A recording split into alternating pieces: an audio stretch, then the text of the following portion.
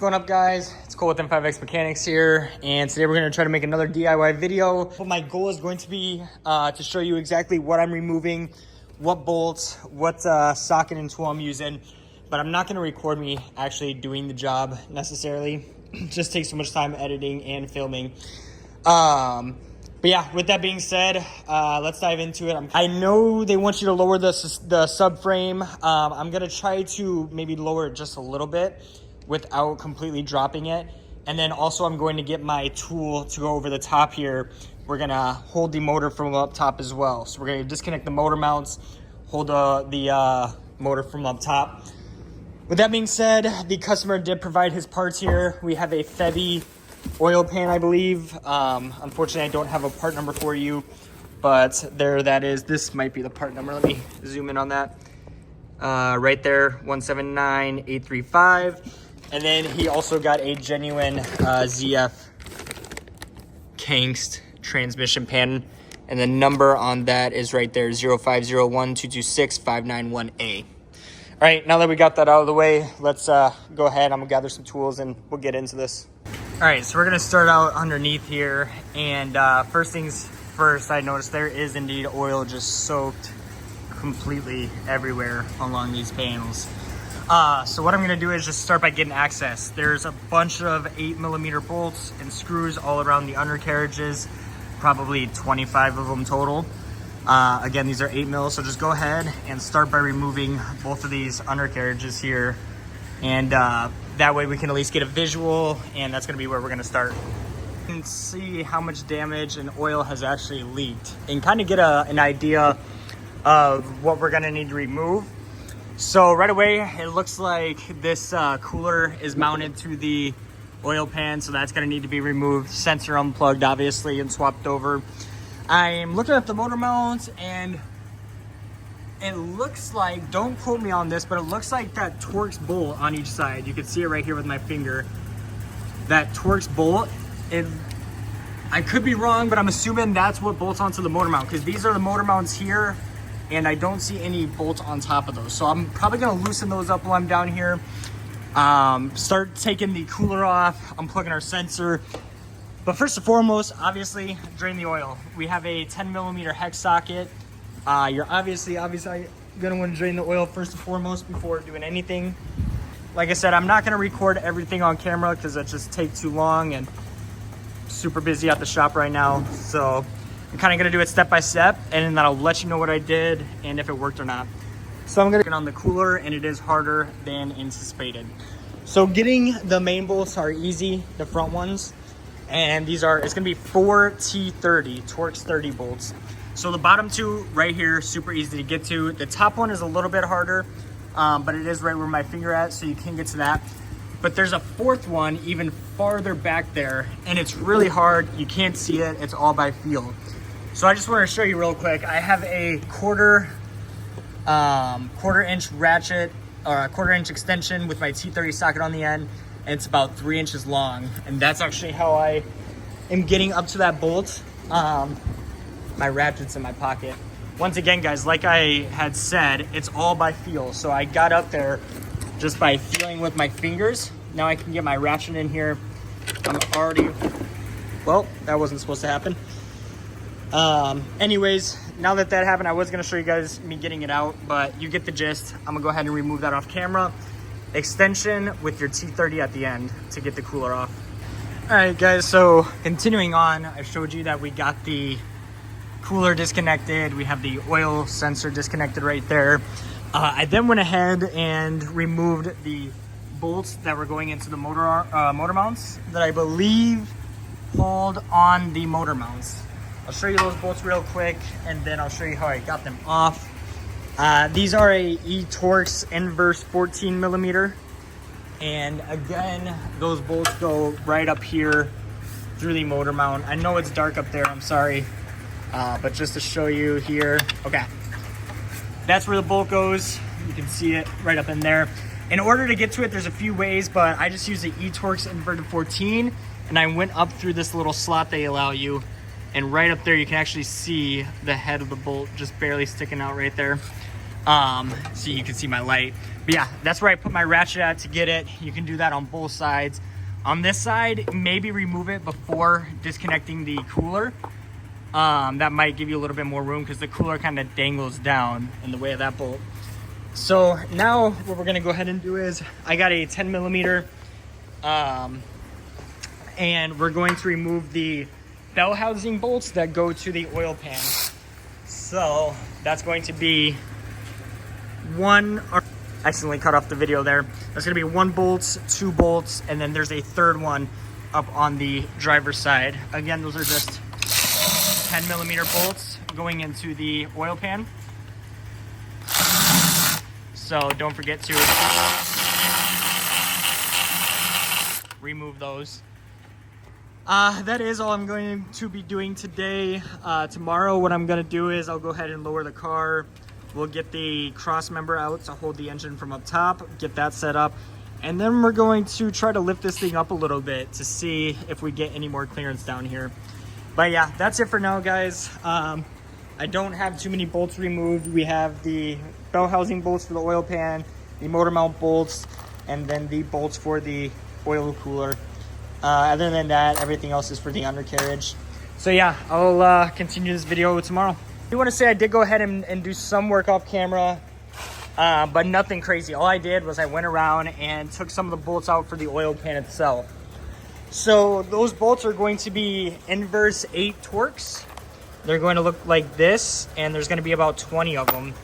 I did leave 2 in because obviously I'm not ready to drop the pan in or drop the pan yet. So I did leave easy accessible ones. This one in the corner and then one in the front up there. The tool I used was a 1/4 inch extension with a swivel and then the socket itself. And you should be able to get most of them. Some of them will be a little bit harder. Like the hardest one was there is a couple up here, kind of buried behind the frame right here. But I was literally still able to get it with the same tool, getting up there with the swivel. You'll have to hold the cooler out of the way. But yeah, another thing that I wanted to talk about, guys, is I know we got the motor mount bolts out on these sides. Another option is, and I didn't know this, but you're gonna see these, looks like 13 millimeter bolts. There's 3 of them. Those will also loosen up the motor mounts from the bottom. So if you prefer to do those, I did just want to point that out. Other than that, I did remove, there's a rubber gasket in between the oil pan and the transmission. That's this right here. We already went over removing the bell housing bolts, the 10 millimeter bolts. So once you remove those, this housing will come out. And I think that's the only thing that I did off camera. So now I'm gonna lower the car down. We're gonna support it from up top. We gotta remove a couple things to make sure we don't break anything. And we're gonna try to get this pan out of there. All right, guys, so I need to interrupt because I did find a secret bolt that you cannot see that holds on the oil pan gasket. So I did end up getting it off with the same tool here, but I do want to preface it's not easy at all. If you don't have patience, I wouldn't try it. The preferred method, what they say on how to remove it, you can see my pan's actually dropped right there. How they say to remove it is actually by removing the motor mount bracket, which is right up there. The entire bracket that the motor mount sits in, because the bolt is actually behind that motor mount bracket. Just to give you an idea from the front, if I shine my light up there, that bolt is going to be back on the driver's side under, it looks like the AC compressor, and again, behind that motor mount arm. I did tell you it is really hard to get to. I can't even show you on camera, but how I did get to it, like I said, I don't really recommend this. The right way is to remove that motor mount arm, but I removed this plastic shield on the driver's side wheel well, and it exposes a little pocket right here. So through that pocket, you can see this is the motor mount arm where my extension is tapping on, and the bolt is behind it and to the left. So I was able to go in with my swivel, put my extension up through this little pocket, and I was able to guide it in and loosen that bolt up. There you can see it's gonna be up in this area, right where my extension's going. This is the motor mount arm that I'm hitting. That does need to be removed. Like I said, I got lucky and I was able to get it out without removing the arm. I just want to get that information out there because I did not see that bolt until the very end. So I'm gonna go show you what I had to do up top to get clearance for the oil pan, because it is completely loose now. I'm not able to get it out yet, but that's what we're gonna work on. Now we're up top, and we got to remove a couple things because we don't want to smash or break anything as we're lifting the motor up. So first things first, go ahead and disconnect the air intake. That's super simple. You're going to need a flathead, and then you'll have a couple clips around the box along with the mass airflow sensor. Super simple stuff. And then the only other thing that I disconnected was I did unscrew this bar here to just get access to the air box. That's 16 millimeter bolts, one on each side. And then you are going to want to disconnect the charge pipe. The charge pipe is what goes into the throttle body here. That's literally just held on by this clip. That's clipped in there. Get a flathead, pull under where my finger is at, pull that right up, and that's going to be disconnected. As far as, yeah, this side's good. That's the turbo side. Other than that, guys, I got my engine mount here, engine support bar, screwed in the hook right into the middle, and just go ahead and we can use this and start. As you spin it, it's going to lift up the motor. So we need that clearance in order to clear the oil pump when we're removing the oil pan. So that's all I'm done up top so far. I'm gonna get this motor up a little bit. Gonna go underneath the car and see if we can sneak that oil pan out of there. Go ahead and get the oil pan out of there. This is the old one, and we do have our new one here. We already transferred over our sensor. Don't forget that, the oil level sensor. But guys, be warned, this is more involved than I even initially thought. So in order to get clearance for that, sorry, got distracted. In order to get clearance to get the oil pan out of here, guys, it is no easy feat. You're gonna need as much amount of clearance as you can get.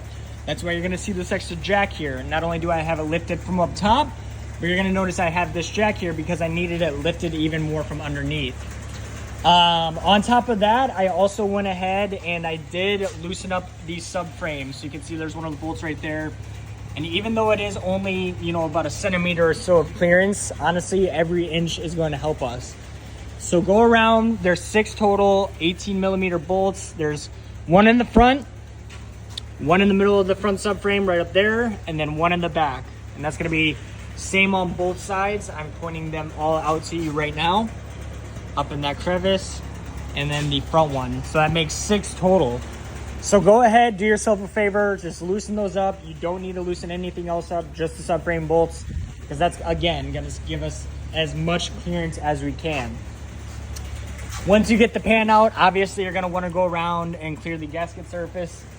I always just use a simple Scotch-Brite pad like I'm washing dishes, and that cleans the gasket area very nicely. So yeah, like I said, guys, clearance is everything on this job. Getting access to the bolts, getting the pan out, yada yada yada. Now we're gonna go ahead and try to sneak this this freaking new pan in there, and gonna see what ends up happening. So I'll be back. All right, guys, so slipping the pan in, I don't think it's necessarily surprising, but it went a lot easier. I really only needed just a tiny bit of extra space in there. But here you can see where I put my jack right up on the side of the transmission here. You are gonna need to slide the pan in a little bit first, otherwise it will be hitting the jack, so just keep that in mind. But yeah, as you guys can see here, I'm pretty much in. So now I can go ahead and get a couple bolts started and work on bolting this baby back down. But yeah, going in was a lot easier than it was coming out. So just wanted to take note of that. All right, guys, doing a jump skip, but I am officially wrapped up and finished with the oil pan on this 528i. I just want to go over and make sure to point a couple things out. Obviously, don't forget to swap over your sensor and plug your sensor in. Don't forget to bolt up the cooler get your spacer back in with the 10 millimeters that we removed from the bell housing. Make sure to line your motor mounts back up and get your bolts in, those ones right there. Just to let you guys know, when you initially drop the motor, they won't line up perfectly, so you will need to jack the motor up very slightly and able to get those bolts to line up. Other than that, that's about it for underneath here. All the other stuff was, you know, kind of up top, and yeah, everything's running good. I'm just checking for leaks, and I'll meet you guys up top.